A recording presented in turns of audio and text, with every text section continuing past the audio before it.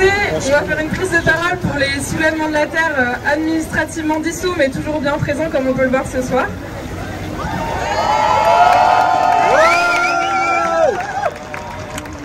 Mais on va bien entendu commencer aussi par montrer tout notre soutien aux luttes contre les violences policières qui ont lieu actuellement, notamment à Nanterre et dans la France entière.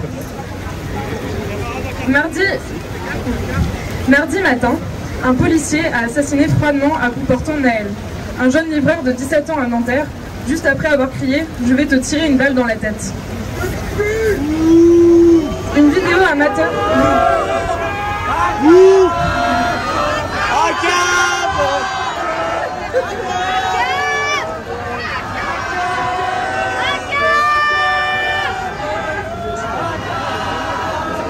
Une vidéo amateur filmée par smartphone a tourné en boucle, battant en brèche la version policière qui a cherché à se couvrir en arguant de la légitime défense, comme pour chaque crime policier depuis des décennies. La mère de Naël invite à une marche blanche de la révolte, demain à 14 h à la préfecture des Hauts-de-Seine. Rien n'a changé depuis les marches du MIB dans les années 90, les révoltes après l'assassinat de Ziad Benna et Bouna Traoré en 2005, l'assassinat de Lamine Dieng en 2007 ou encore d'Adama Traoré en 2016. La situation s'est même aggravée.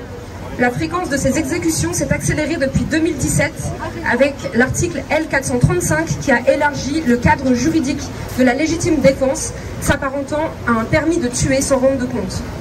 Le nombre de personnes tuées par la police ne cesse de grimper.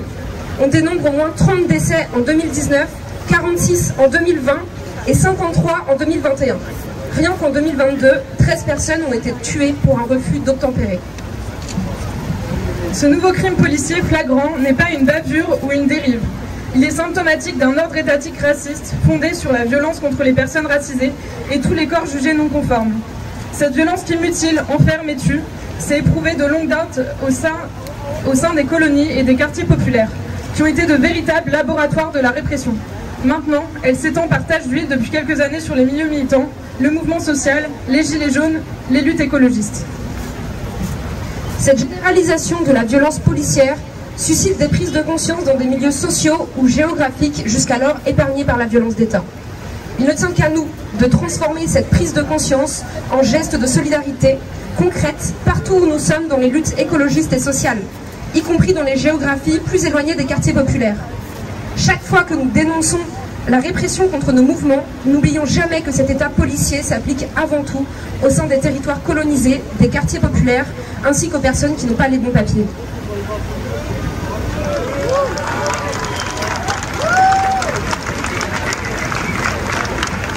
Concernant les soulèvements de la Terre, le 25 mars dernier, ce sont plus de 5000 grenades tirées en moins de 2 heures sur les manifestantes et manifestants, faisant plus de 200 blessés, de nombreuses et nombreux mutilés, et ayant mis 2 personnes entre la vie et la mort. Le 17 juin, la manifestation contre le Lyon-Turin s'est soldée par une trentaine de blessés côté manifestantes et manifestants, dont 6 hospitalisations. Après nous avoir jeté ces grenades mutilantes au visage, il prétend que nous n'aurions plus le droit d'exister ensemble, ni de nous organiser. Il prétend maintenant dissoudre un soulèvement par tous les moyens, même des arrestations au domicile des militants et militantes, comme ça a été le cas le 20 juin. Et aussi ce matin, mais on en parlera avec les camarades notamment de la Confédération Paysanne et de la CGT.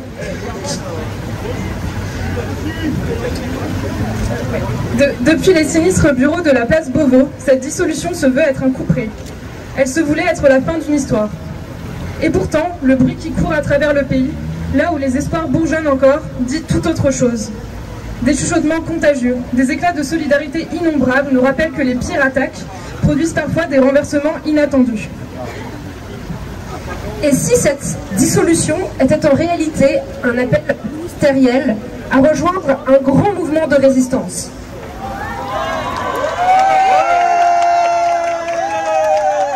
Un réseau déjà fort près de 150 000 membres déclarés, de 180 comités locaux.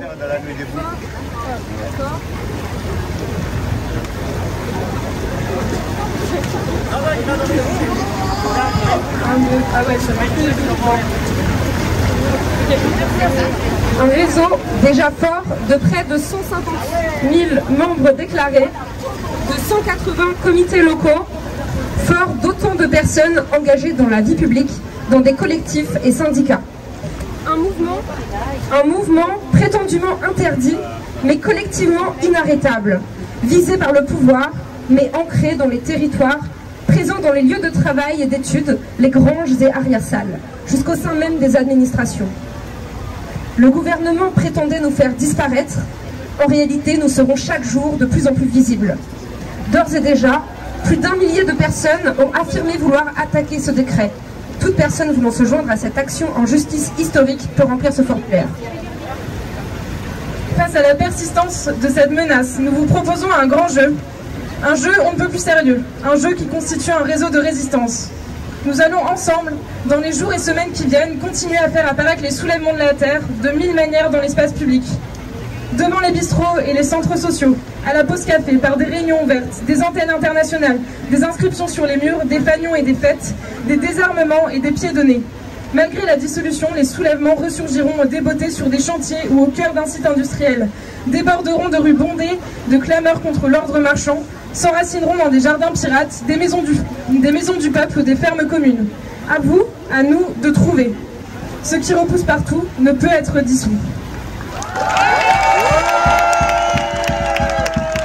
Nous, participants et participantes au soulèvement, vous appelons donc à rejoindre les plus de 180 comités locaux qui se sont formés ces derniers mois, les centaines de résistances territoriales, de lutte locale et les sections syndicales déjà existantes qui ont revendiqué publiquement leur appartenance au mouvement. La parole des soulèvements de la Terre leur appartient. Elle vous appartient.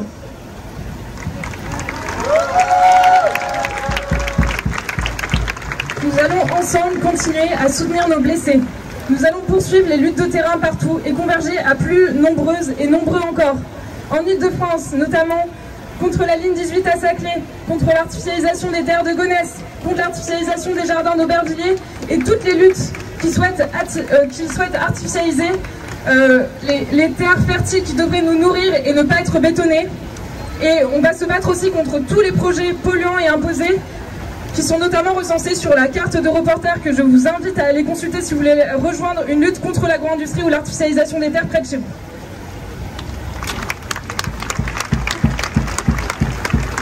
Ensuite, 2 prochaines échéances sont déjà posées cet été.